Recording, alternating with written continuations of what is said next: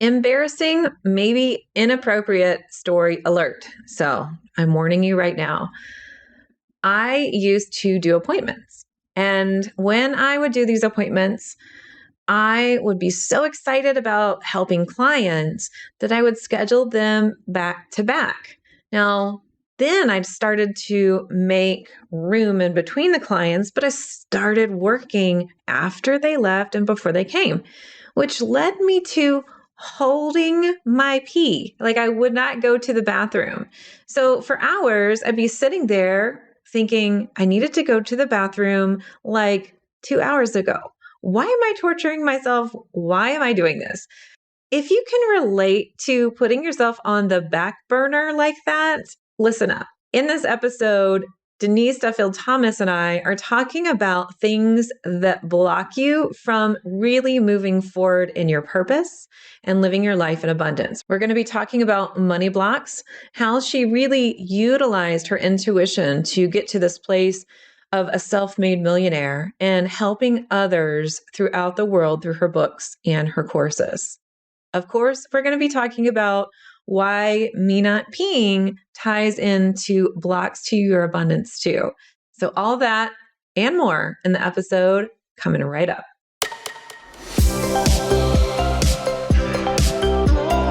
Welcome to Spiritual and Ambitious. I'm your host, Whitney McNeil. I'm a certified medium and spiritual teacher, and I help spiritual and ambitious souls just like you live your life purpose through your career and attract abundance by connecting into your intuition and spirit guides. Let's get spiritual and ambitious.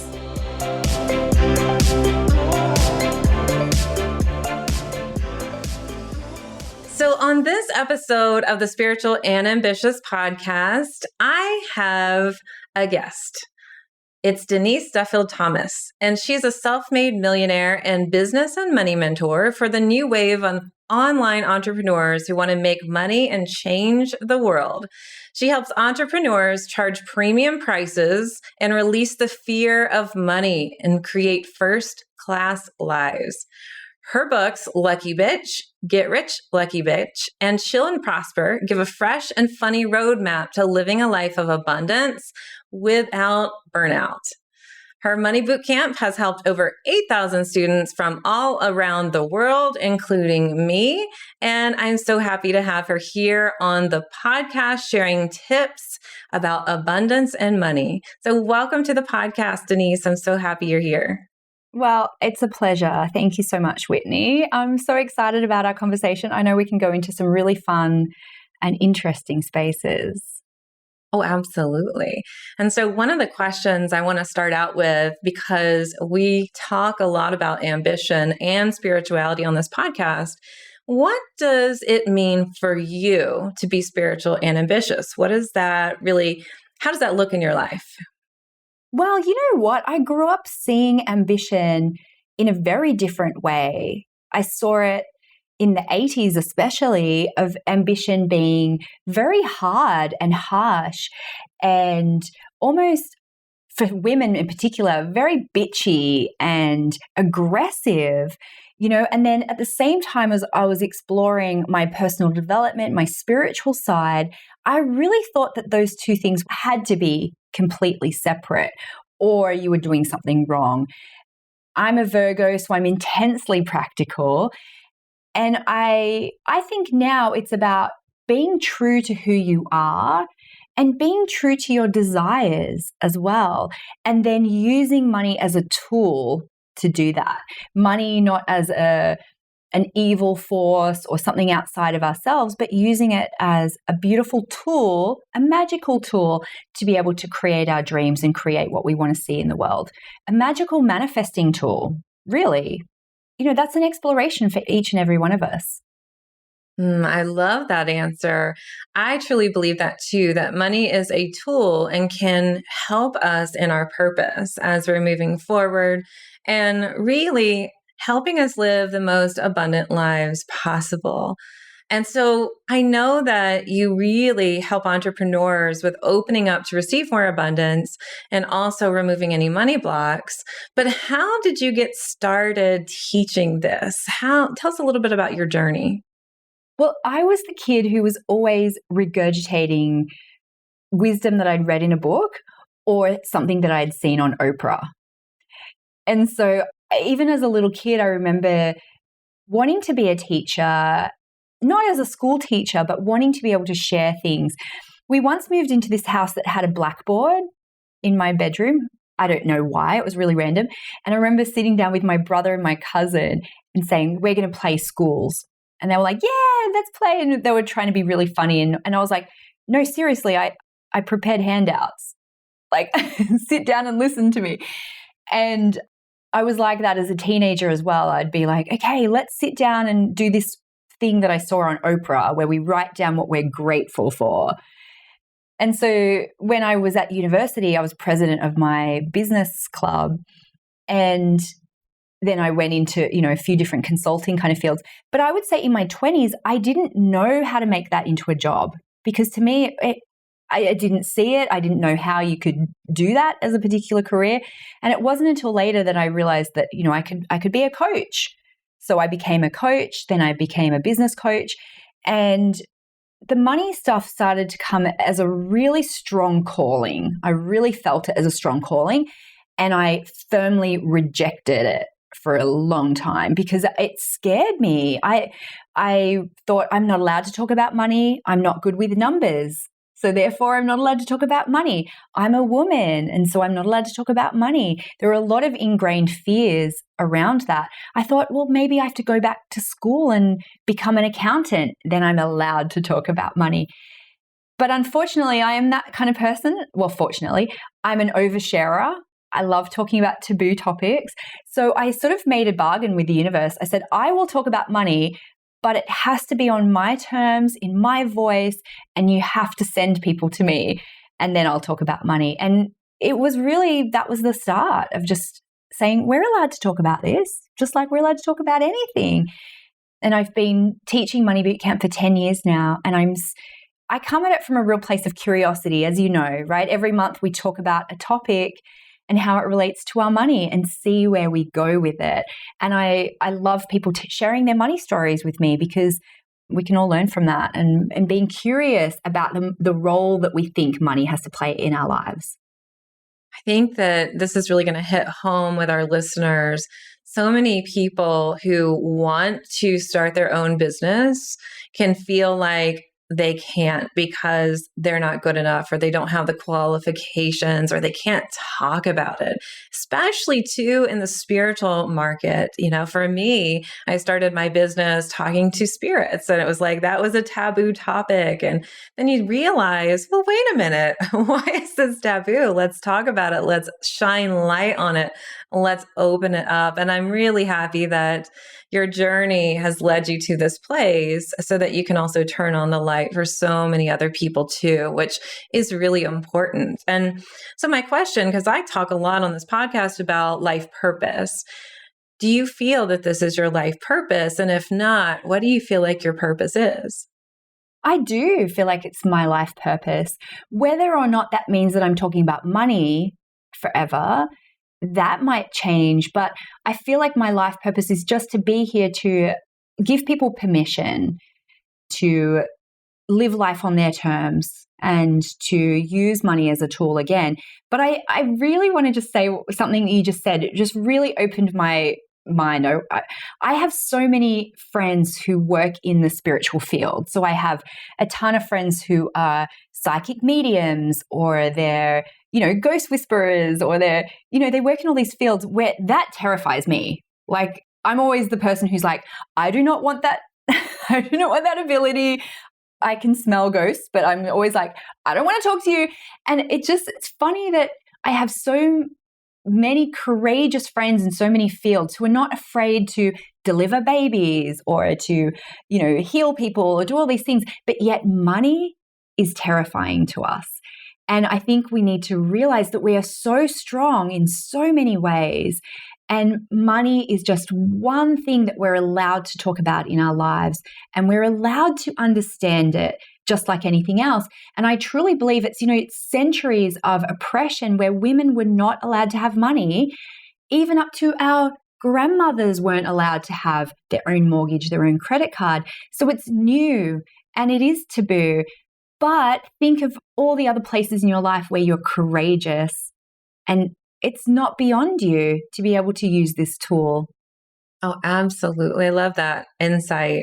And I'm wondering too, so many of us, when we have an issue or a block or something we're resisting in our life, especially early on, it can often be an indicator of what we're here to help the world with too. It's like what we overcome, what we discover, we get to share with others. And I love your story about how you had the blackboard. It's like, I'm going to teach, this is what we're going to do. And those indicators of what we loved when we were young too can help us further and give us clues as to our purpose when we're searching for it.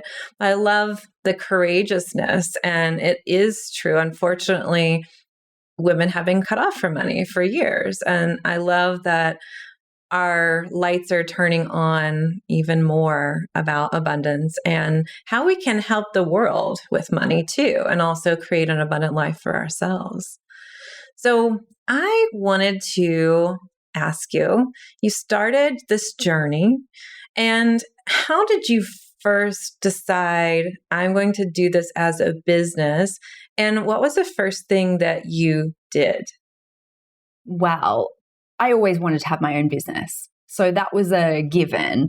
It's just I couldn't figure out what it was, how could I help people?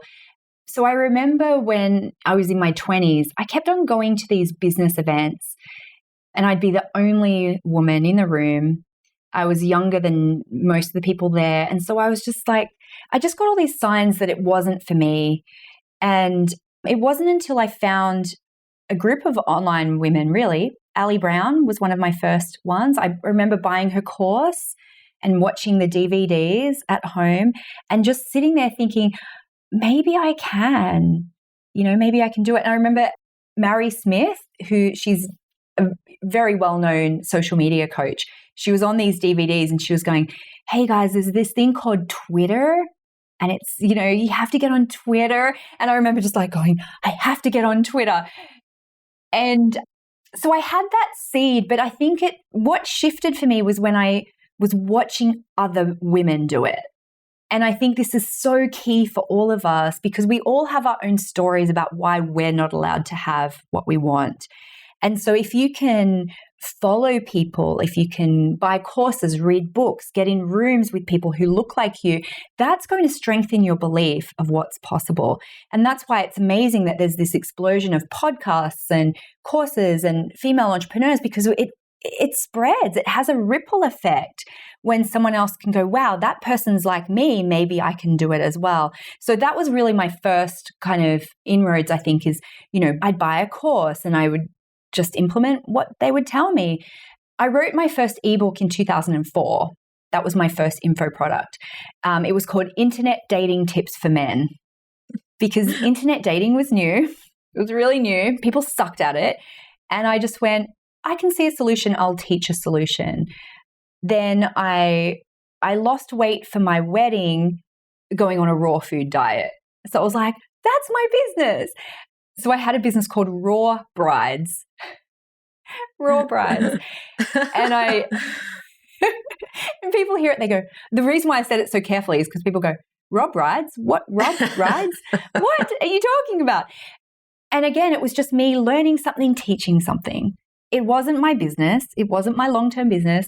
I wrote a book on how to create a green and ethical wedding because I was doing it. And I find that I see that sometimes with women, they start a business for a season of their life and it doesn't have longevity, but that's okay.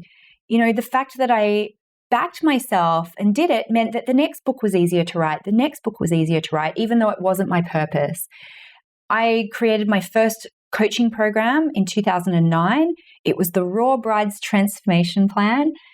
Had no qualifications in nutrition or anything like that. I just wanted to share what I did. I had one person join that program and I was so thrilled. I felt like a success story. It wasn't my business forever, but the first time you do something, you know what this is like. The first time you write a sales page, it's the hardest thing in the world. The first time you create a program, there's so many tech problems. You have to overcome all that resistance and fear.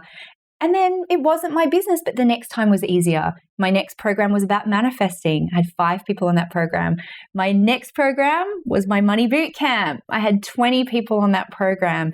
10 years later, we've had 8,500 people through that program. So nothing's wasted, but you just have to get going and believe that it's possible for you as well.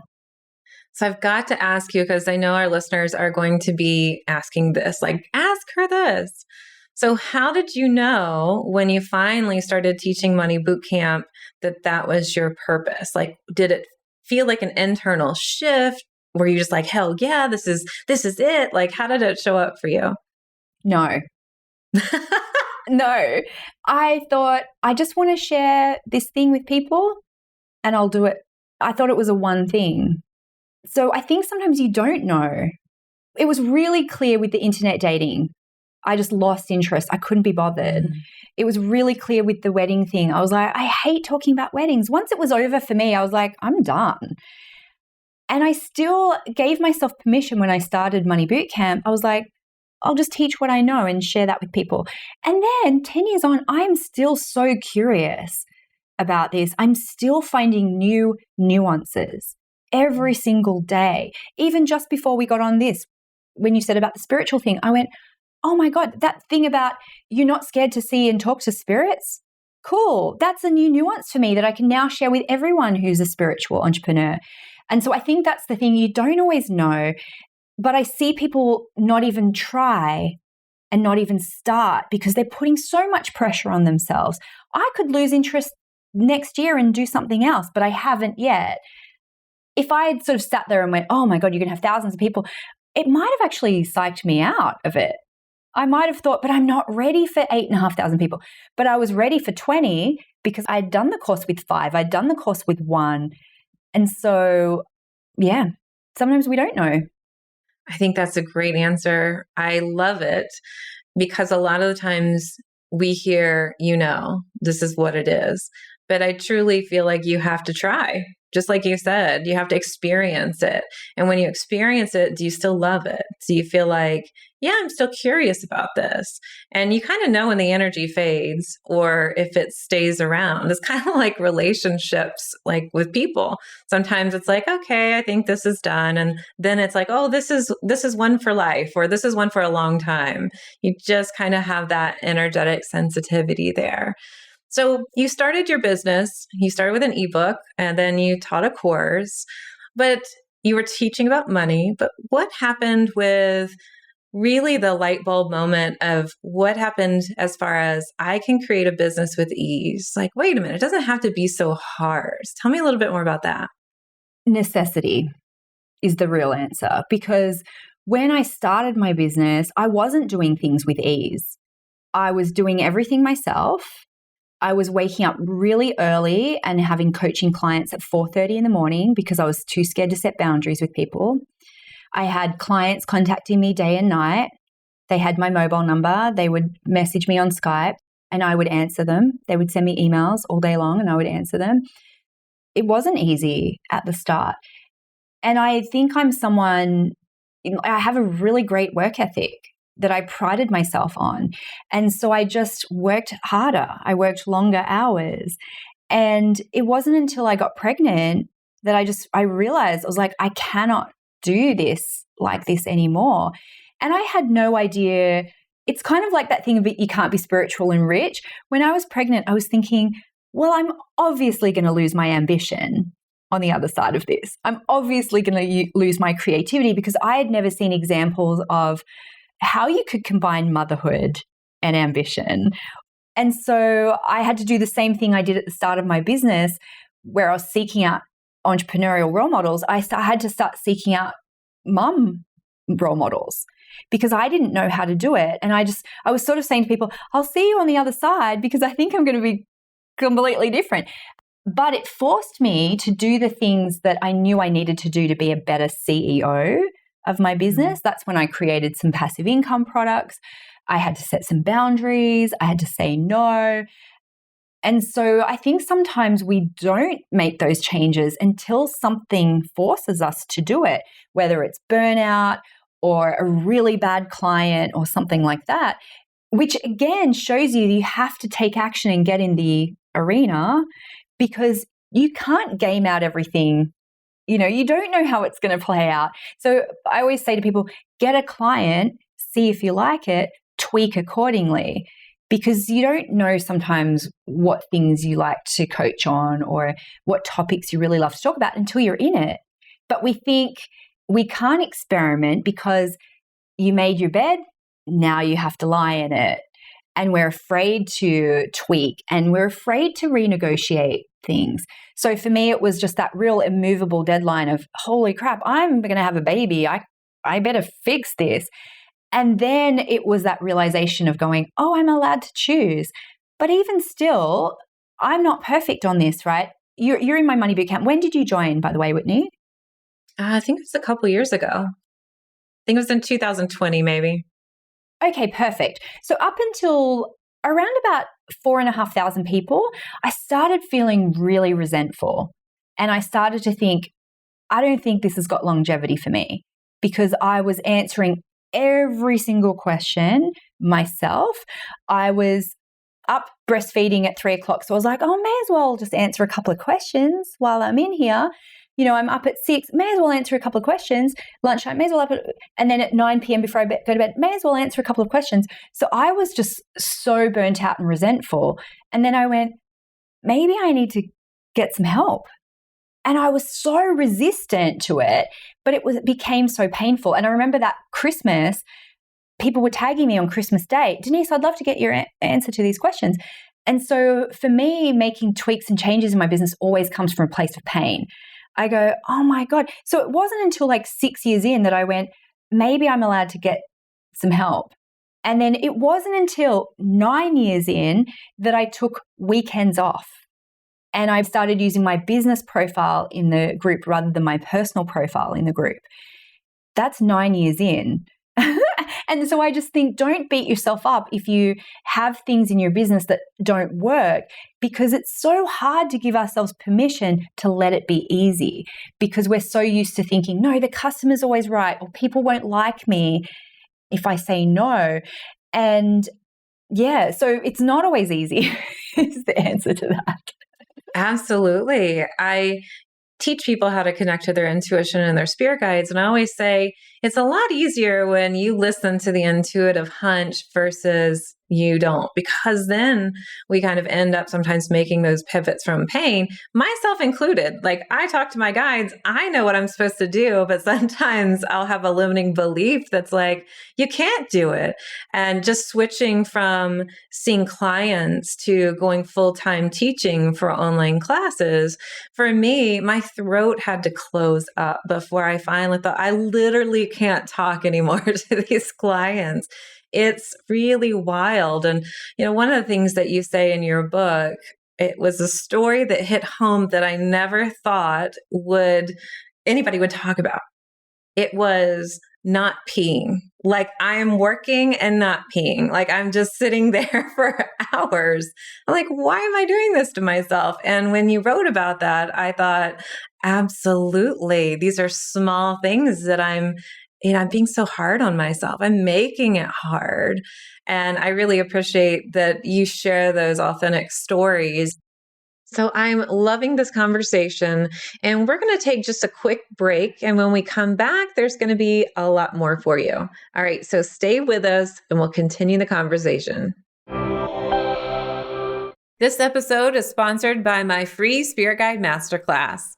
Inside, you'll learn the 5 C's of Spirit Guide communication, your role with your spirit guides, 2 proven effective strategies to stop second guessing yourself and your intuition, and the single most important step to understand your intuitive guidance, along with 4 ways to perceive your spiritual intuitive messages.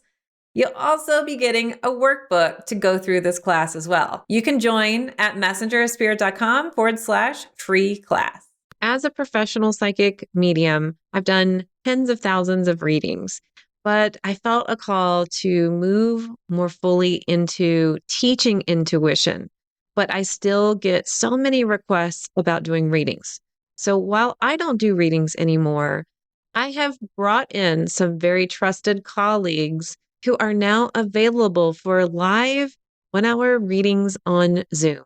If you would like to book your psychic medium reading, go to messengerofspirit.com/appointments to see our available readers and schedule your Zoom reading today.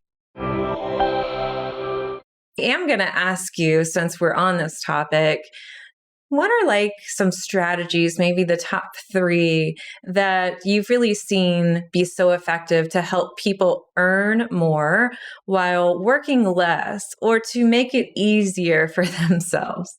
Okay, well, this is about P, so this is perfect because this is a great example of the fact that we can overwork ourselves, and so that whole thing about having sessions back to back and saying yes to everything. So I was in the shower this morning, my hubby comes in and I said, oh, can you just look at my calendar, tell me what my first appointment is for today? Because I've got 4 podcast interviews today and then a meeting with my coach to do my work because I do my EFT every month, all that sort of stuff.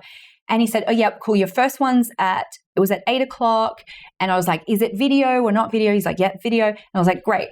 And he goes, oh, you've got half an hour between each appointment. And I said, yes, because if it was up to me, I would schedule them back to back and I would say yes. But I've set a system in my Calendly account that can only have a maximum of 4 a day. And it builds in that 30 minutes in between sessions, not me. And so I'm not any better at boundaries. I just know myself and I need to put those things into place so then I don't do it. It's the same with the reason why I have people in my business, assistants and people who are in a different time zone to me. They are the first person, if someone messages me on social media, they filter all of those because they know that I'll say yes to everything. If someone says, can you do this? Can you? And it actually happened on Twitter yesterday. Someone was like, I messaged your team, but can I interview you? And I was like, yeah, cool. Here's my calendar. So I know that about myself, right? And that I think is the first big message, especially in my book, Chill and Prosper. You have to know thyself to prosper. And it's knowing what your sabotages are and knowing what you're really good at. And then I can't get better at saying no necessarily. That might take too much energy, but I can put systems in place to make sure that doesn't happen. Same with if you know that you're an over-deliverer, you can put things into place to make sure that you don't over-deliver with your clients, or you can have automated follow-ups so then you don't, get too involved or whatever. So know thyself and prosper is really important. The next part of that is then to make tweaks in your business to be more in alignment with who you are. And the mindset stuff will come up. I'm not allowed to choose. I have to do it how they want it. People won't be happy with me.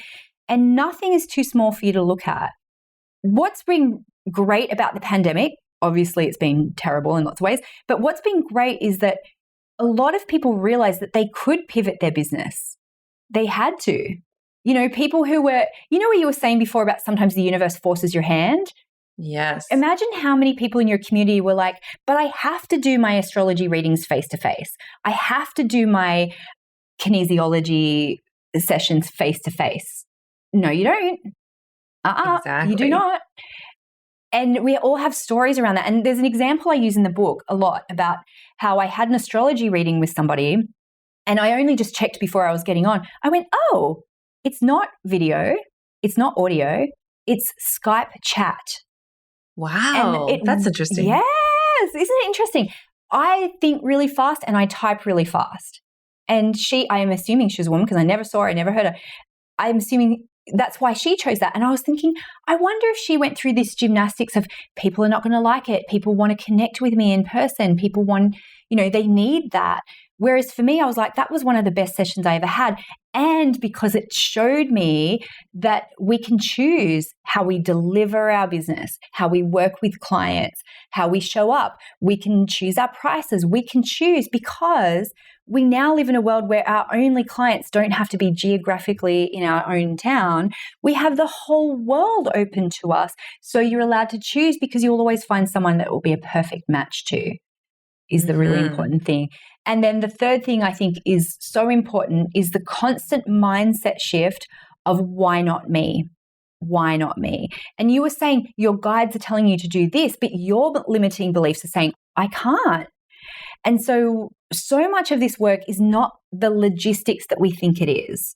You know, people will say, I don't know how to write a book. And I go, honey, you can buy a course or you can get it all free online. What you have to deal with is that throat chakra stuff that tells you if I speak up, I'm going to get burnt at the stake and something bad is going to happen. That's the mindset shift.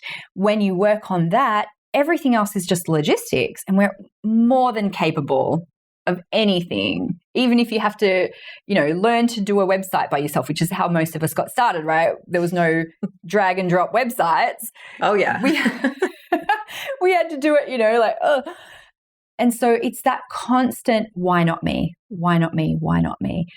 And listen, but not just say it from a place of fake it till you make it. Listen to why you think you're not allowed to, because it will be something like, yeah, but if you lost 10 pounds, then you're worthy. And you want to hear all of these conditions that you're putting on your success of going, yeah, but maybe if you changed your accent, maybe if you did this, maybe if you did this. And when I started my business, I literally researched elocution lessons because I thought, people aren't going to understand my accent. I don't talk fancy enough. And it was a procrastination tactic. It was a delay tactic. And I see this from people all the time. I'll do photos, but when I lose weight, or I'll do this when my kids are at school. I'll get more childcare when my business starts making money. I'll, when the stars align, and especially in your community, people are like, Mercury's in retrograde, I can't do it. Or I'll wait till the full moon, or I'll wait till it feels right, because we're so used to, if you're working with your intuition, but sometimes we can't trust that because it's our limiting belief clouding that. Anytime I've launched in Mercury retrograde so many times because I forget to look at the dates ahead of time. It's fine. It's fine for me.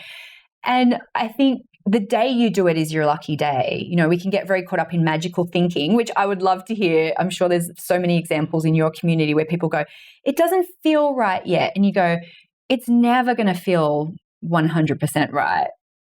Sometimes you have to just do it. Yes, definitely. I think that that's a really great point. So many people will say, well, it didn't work, or I'm feeling resistance. It's a sign it's not meant to be. So many times we expect it to be easy. And while we can, like you said, create systems for more ease in our life, when we find ourselves in this place of resistance, a lot of times we need to ask ourselves, is this me holding myself back? I know whenever we get on video for the first time, I hear this a lot. Oh, I hate my voice, the way it sounds. Oh, I can't stand the way my face is moving. I talk like that. Oh my gosh. And you're so right. It can be a procrastination. And we keep thinking, I'll do this if, I'll do this when. And one of the things I say is take aligned action now. The quicker you take that aligned action, the more things are going to manifest in your life. And your spirit guides are going to give you more opportunities in alignment with it. And your spirit guides are there. And they create all these opportunities. They're like, do you want this? Do you want that? And if you're like, no, that's like 99% what I want, but like 1% is not right. So no, if you keep doing that, your spirit guides are going to be like, this person's not ready yet. Like clearly not ready. So the more we say yes, the more opportunities just open up. And we get rid of all that BS that is just holding us back. Yeah. I think the thing that I always tell people is absence of fear is not the goal. Because it will be scary, like anything, because again, if we go back to the world that we live in, it's so new for us to be able to do this work. It's so new for us to be able to make money with ease. And our primitive brain and our primitive fear we haven't caught up to that yet. And I don't know if you were on the call in bootcamp where we talked about the fear of tax. and paying taxes.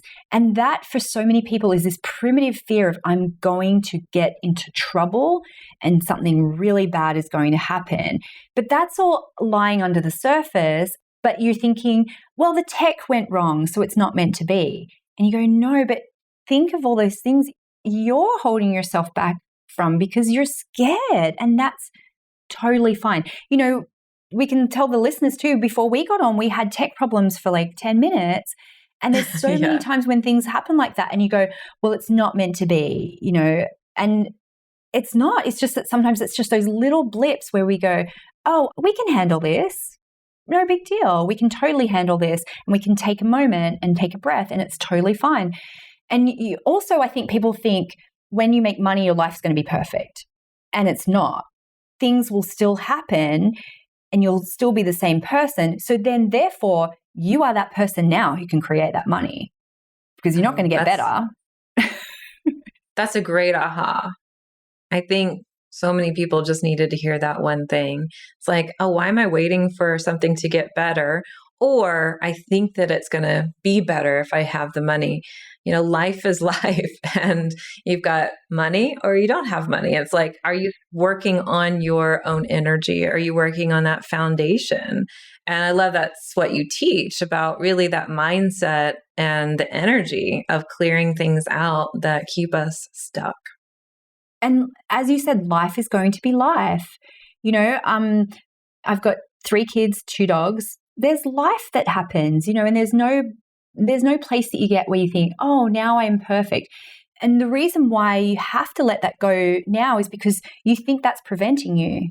You think your lack of perfection is the thing that's stopping you from making the money, but you're not. You're still going to be the same. And I would love to say to my dogs, do you know who I am? I'm a multi-millionaire. Do you have to wee on my rug?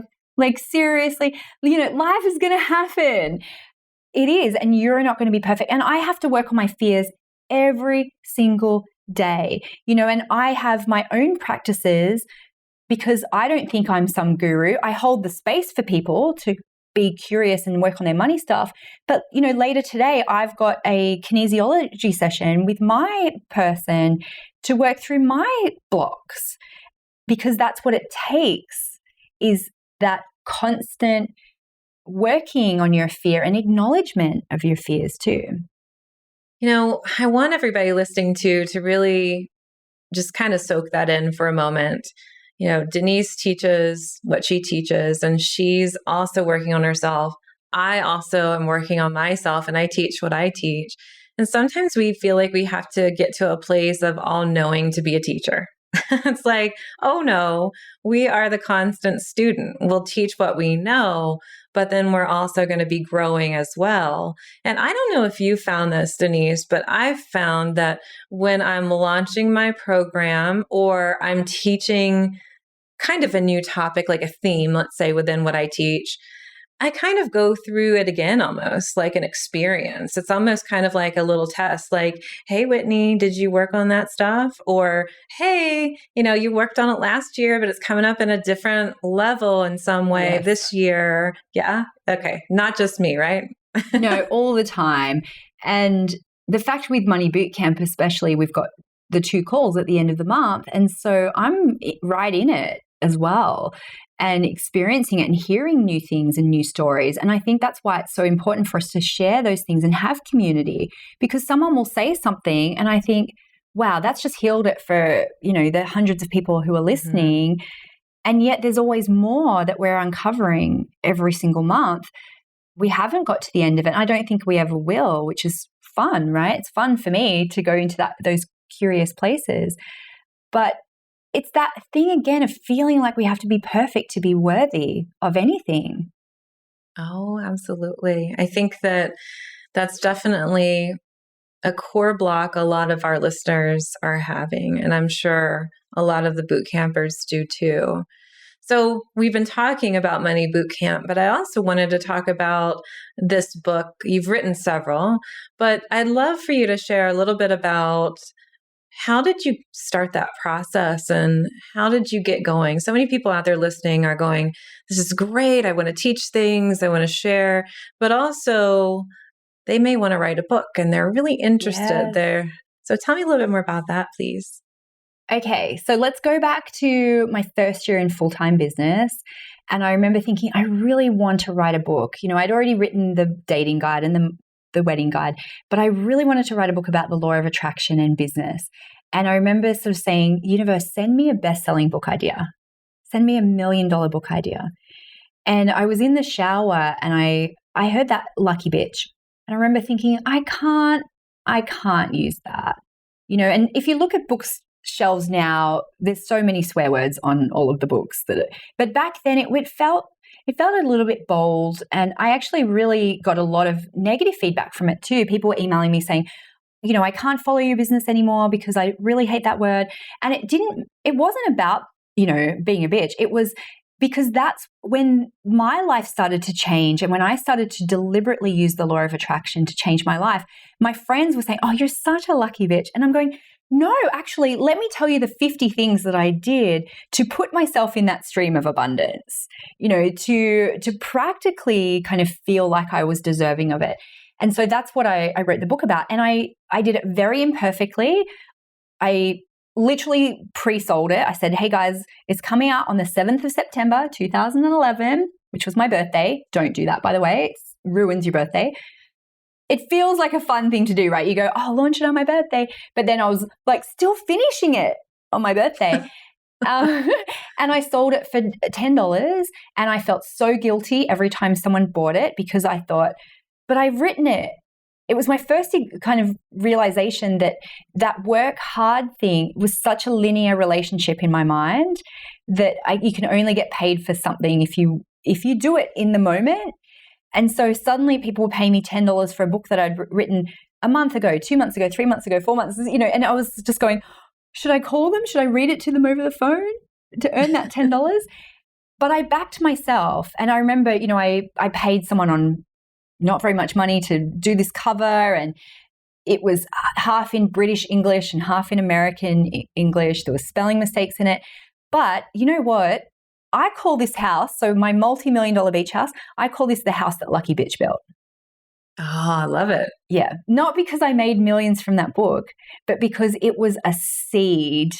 It was a seed that says my voice has a bit of value. I wasn't saying my voice has a lot of value. I was like, I think I'm allowed to just share this. And that's what I talk about in Chill and Prosper is the first part of marketing is just sharing what you know with other people. And I just came at it from a place of going, I'm not a guru. This isn't the best book you're ever going to read, but let me just share with some things with you that I know, Oprah style. And it was a seed that grew and grew from there. The next year I wrote my book, Get Rich Lucky Bitch. A couple of years later, Hay House bought both of those books and then did a third book with me, which was called Chillpreneur, which is the new edition's called Chill and Prosper. Very confusing. But it literally started from writing that first book when I had no audience, nothing, and I just thought I just have to share something. So I call this the house that Lucky Bitch built. I even call my farm the house that Lucky Bitch built. And that's where I keep the original copy of Lucky Bitch. That is so special. And what a great energy there. It's like the seed that's just blossomed and grown. All the flowers there too. It's just beautiful. Yes, I've got flowers. See, I've got flowers in my background here. But it's that audacity sometimes of choosing yourself, even though you're not ready. And I wasn't ready, but I know about myself. If I promise something, I'll deliver it. And that's why the pre-selling thing worked so well for me, because I knew that I would, just like at university when I stayed up all night and school to do an assignment, I knew that if I pre-sold it, it would happen. But if nobody else was involved and I had no other accountability, I'd probably still be writing that book. X many years later. Yeah. So sometimes you just have to just do it. And especially when it comes to books, there's every topic has been written about. Every topic. You take something like How to Get Your Baby to Sleep book.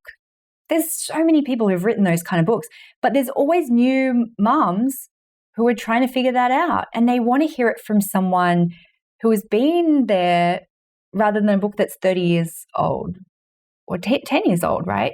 There's always going to be room for your experience.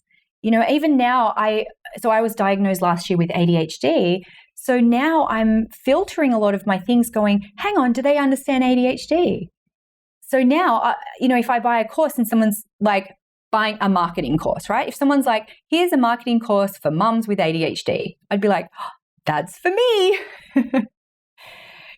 There's so much room for nuance, especially within the spiritual community now, because for a lot of the time, my friends in the spiritual community, we had to take courses and then filter them through our experiences instead of having things that were made for us, or written for us. And so I spent all of my 20s reading business books written by men for men. Mm-hmm. They didn't say for men on the cover, but all of their examples were for men. All of their experiences were from their experience. And so when I started writing this book, it was, I just had my baby number 2 and I was reading a business book because I had some downtime, and it was written by a man. And I just thought, I don't resonate with this anymore. Why don't they have examples about people like me? And then I went, that's not their job.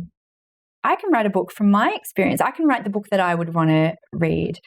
And I remember getting a review. It was like a 1-star review saying, I can't believe, all of her examples are for women. She should have written for women on the cover. Right. And I did that deliberately. And I stopped saying things like female entrepreneurs, female CEOs, because I went, I'm just going to center that experience for me and, people like me who want to be centered and not to be the exception. And I can't speak for queer entrepreneurs, and so I always say to people, cool, well, we can be inclusive, but you can write a book for your experiences and you can be the guru to the people who need to hear it from you too. So there's so many spaces for all of us, and we think we have to change ourselves, but someone just needs to see it and hear it from someone who looks and sounds exactly like you, or they will never hear it. And I don't pretend that, Whitney, I'm the best money mindset mentor in the world. But I know there are people in Money Bootcamp who wouldn't have done money mindset work, but there was just something that I said or something that I did that went, oh, maybe I can do this. Not because I'm special, because I said it, just because I showed up. That's literally it. Yeah, I think that this is wonderful to remind everybody, people need to hear your message. Each person listening, somebody out there needs to hear your message. And that's such a great example of, I wrote this from my perspective and who I can help. Because sometimes we just think in the spiritual world, even, oh, there's competition. There's too much competition out there. And it's really, I don't see it that way. I never see the competition. I see I'm unique, you're unique. And because we're unique, we have this unique energy, and the people that are meant to find us will find us as long as we're putting ourselves out there and not hiding under our desks.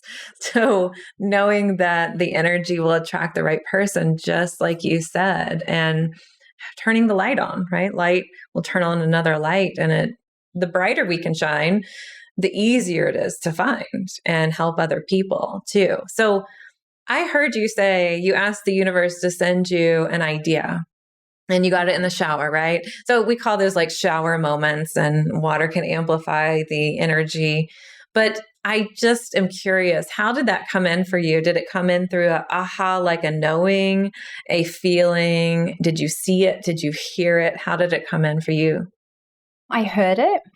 I have, as I said, a lot of friends who are very in tune with a lot of their intuitive abilities. I would say for me, it comes and goes, but there's been times where I've very clearly heard things. I was looking at a property around the corner from here, and I heard a very actual voice saying, get out. This is not your house. So I left the house. I came and stood in front of where we built, and which was for sale, but it was double what we were prepared. And I think that voice was telling me, get out, to go stand there. And I went, what about this one? So things like that happen occasionally to me. It happened actually when I was, when you were asking about purpose.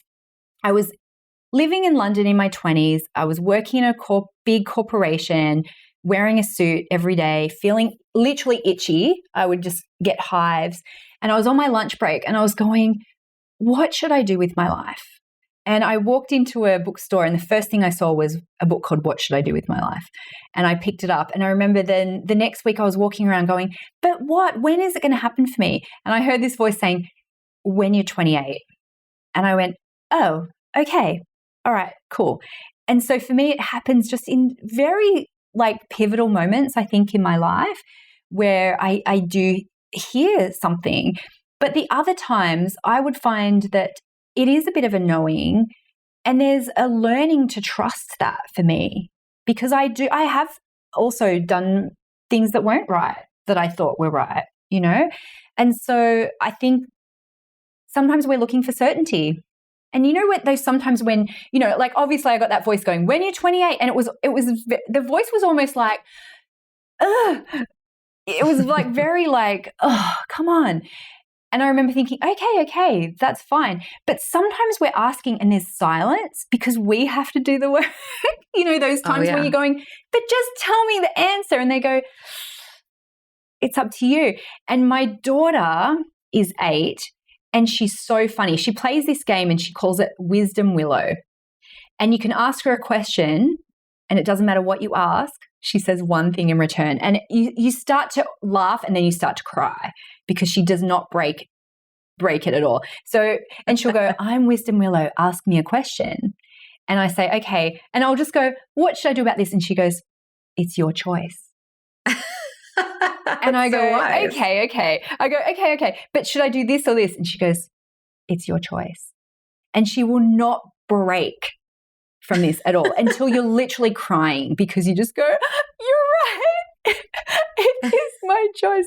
And it's so funny, but she has that inner wisdom already. And it just reflects back sometimes of going, sometimes your guides are going, it doesn't matter. Like it's going to work out anyway. So you have to decide. And it's just like, oh, sometimes we want all of the go signals. We want the tarot card literally to say, go do the thing. And we go, oh no, I'll pick another one. I'll wait for the stars to align. And sometimes you just have to do it. Oh, I love that. You know, it's like people will do the tarot cards and then they're like, oh, I didn't like that one. Let me shuffle again and pick up another one. When absolutely our spirit guides will say, hey, either option's fine. It's up to you. Or maybe they'll give you a little energy around, but they're not going to tell you what to do. And it's like, if they told us what to do all the time, we wouldn't learn anything. And, you know, we would just kind of be puppets hanging around if we always had our go signals. And it's part of the creation. I had a session one time with somebody because I was wrestling with what book should I write? Is this the right book? You know, and I was really like psyching myself out of it. And I wanted to know that the book was going to be successful before I started writing it, even though I really wanted to write it. And so I was asking all of these people, several different people. You know, when you do that, when it's not even, you go and see someone and then they're like, okay, well, I'll disregard that advice. I'll get someone else. Yes. And so, so we're saying to her, like, I don't know which book I should write first. And she goes, do you live near the ocean? And I was like, yeah. She goes, okay, well, all right, I'm getting from your guides, you just need to go to the ocean every day. And I was like, oh, okay. And I was like, but which book should I write? And she was like, well, they're just telling me go to the ocean and like put your head under and put your toes in and like you'll come up with the answer. And I was like, oh, okay. But what about, and she was like, and I asked like 6 different ways. And she was like, they're just telling me go to the ocean, put your head under, get some salt water in your face, put your toes in the ocean. Then you'll come back and you'll be refreshed and you have the ideas. And I'm just like, no, I just need a different answer. And then sometimes things happen, right? Then sometimes the universe gives you a massive slap because you're just not listening to the little advice to go do that little thing. And then you follow the path. And I still, like, I live near the ocean. I still don't go to the ocean every day, but I remember that advice every time I get myself into tears. I just go to the ocean, because I know that even if you're not a woo-woo person and you go, oh, the ocean's got magical properties, I know that when I go outside and get some fresh air, I get a different perspective. I know that when I take a moment, that's when my intuition drops in. Otherwise, I'm trying to Virgo analyze it all the time. I relate to that. You know, Virgo is not my sun sign, but I have a strong Virgo in my chart. Like 3 planets are in Virgo.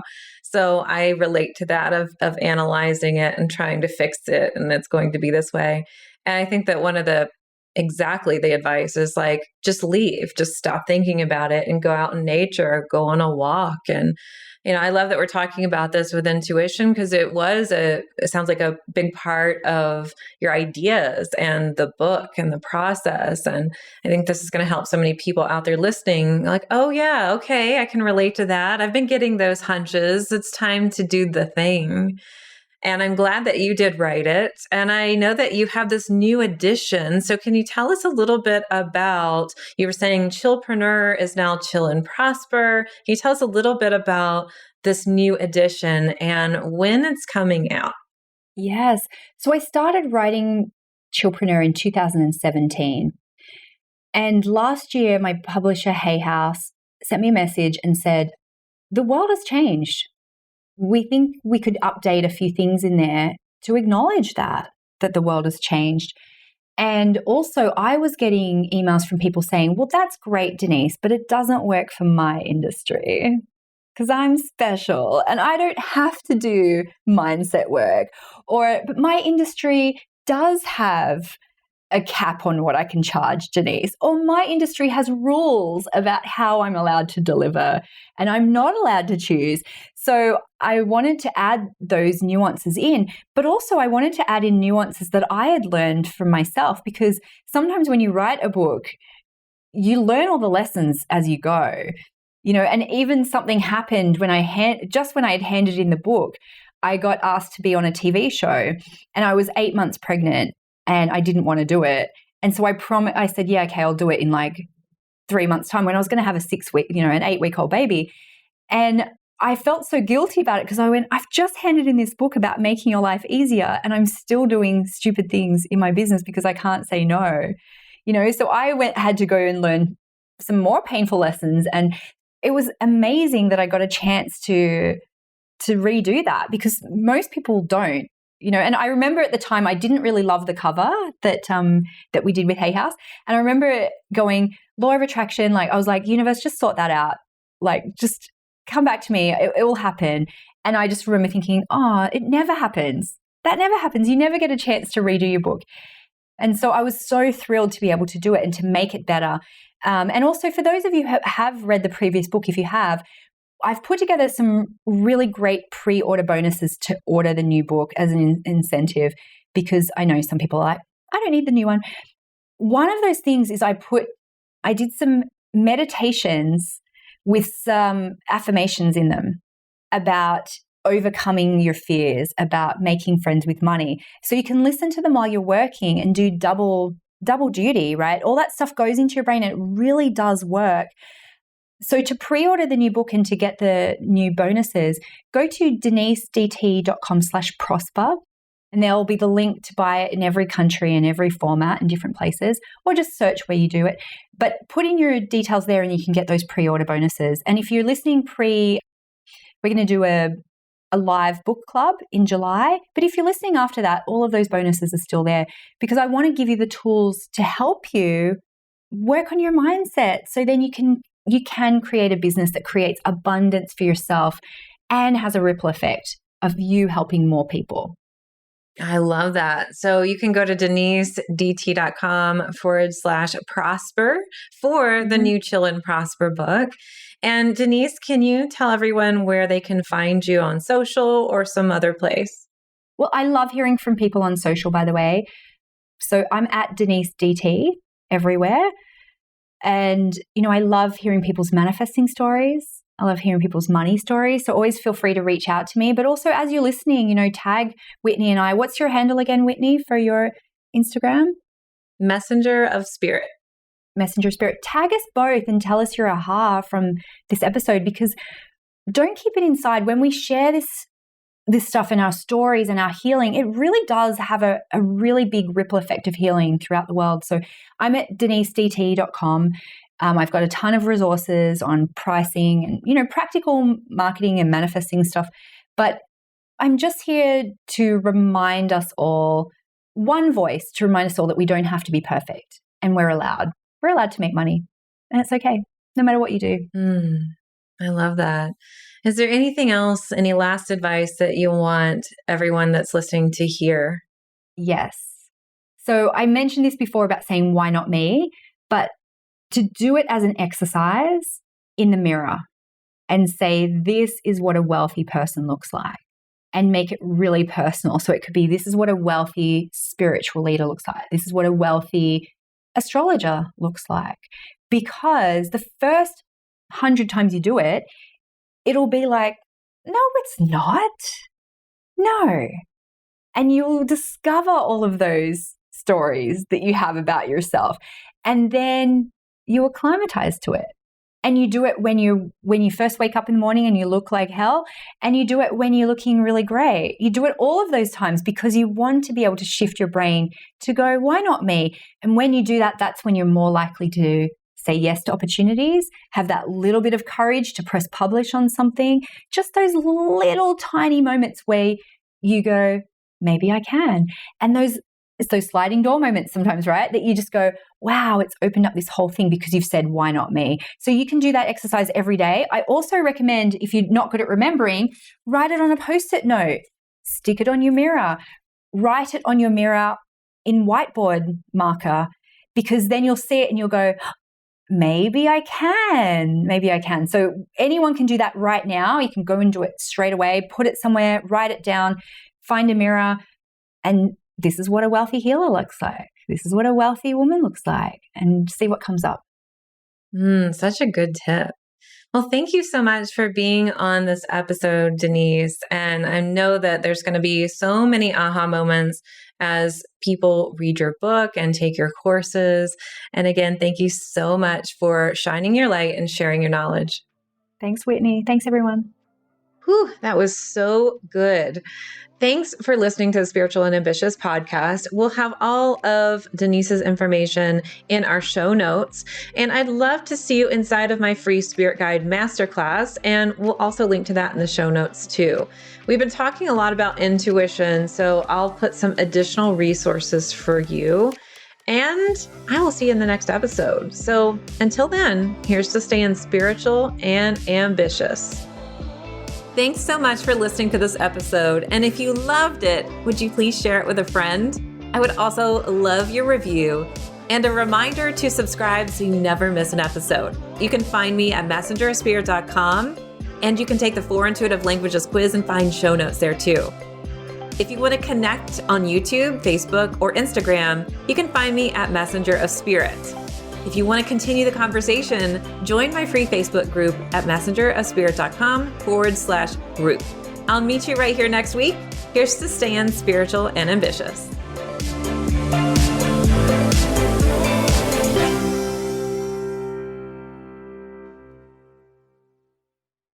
This podcast is part of the Sound Advice FM network. Sound Advice FM. Women's voices amplified.